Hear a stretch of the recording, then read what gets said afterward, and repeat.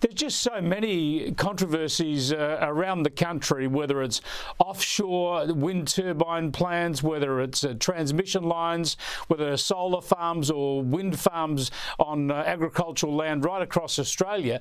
Why would an ombudsman help? How can that help? Surely this is just going to be another process to get ticked off. They hardly have any teeth, do they? Well, we need them to have teeth. And look, Chris, I refuse to call them farms. Farms produce food and fibre, and these wind complexes and solar installations are not farms. What they are is a very ill thought through and unplanned, unholy rush, just a taxpayer subsidised mess. And that's why we need an ombudsman with teeth that gets out there, comes to grips with all the issues.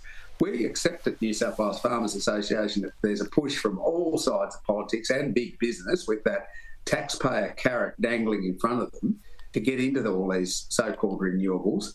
And they all have this desire to get things done immediately, if not yesterday. But farmers are used to this sort of nonsense. We've seen it before. And we need to make sure it's done well, that it's got to be the right thing in the right place, done the right way, not just a great big mess that takes our precious productive potential away. The next thing, we're running out of food and clothing. Yeah, it is a mess at the moment, there's no doubt about it, and you're right, governments around the country are ploughing into this stuff big time. Now, so you've got the Ombudsman now able to look at this in New South Wales. The Ombudsman in New South Wales, the Energy Ombudsman, is Janine Young. I had a look at her website. She's pretty woke and into social justice and all this, so good luck getting her to sort issues out for you. But, of course, there are so many battles in other states as well, and at the same time you've got the Federal Climate Change and Energy Minister Chris Bowen telling the country that all is going swimmingly in this renewables transition. I mean, it's not, is it? When is reality going to confront the federal government and the investors in this stuff? Because communities are so angry about this from coast to coast.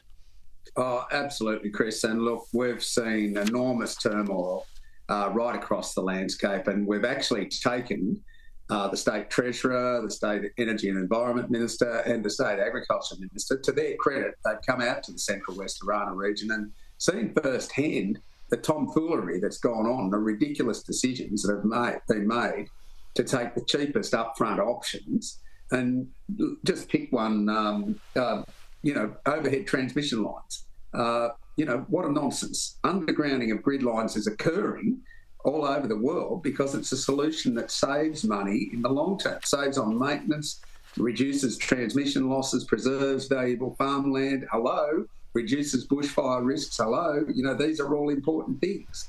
Well, where are the agriculture ministers then? Where's the federal and the state agriculture ministers around the country? They should be on your side. They should be after protecting agricultural land and regional communities and regional landscapes. They should be on board with you, but they seem to be going all in on the renewables transition as well. Oh, definitely the federal minister's just been hijacked by, you mentioned Minister Bowen a minute ago. But look, the state minister has, to her credit, been very engaged. And I think she was the reason we got the State Energy and Environment Minister and the Treasurer to come out and have a look at the mess. And so now we've got this ombudsman in place, this announcement. We've still got to see them perform, as you referred to.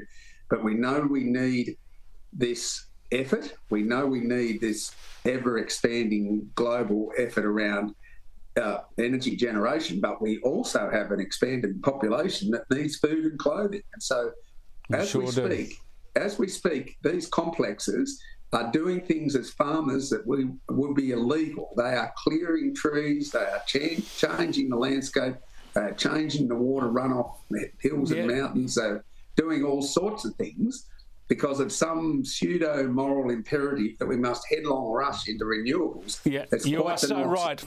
You are so right. The way that bush is cleared for wind factories or solar factories or transmission lines would never be tolerated. The laws prevent farmers from clearing land on that scale. Absolutely. Thanks for joining us, Xavier. Continue the battle. We'll keep in touch. Thanks, Chris.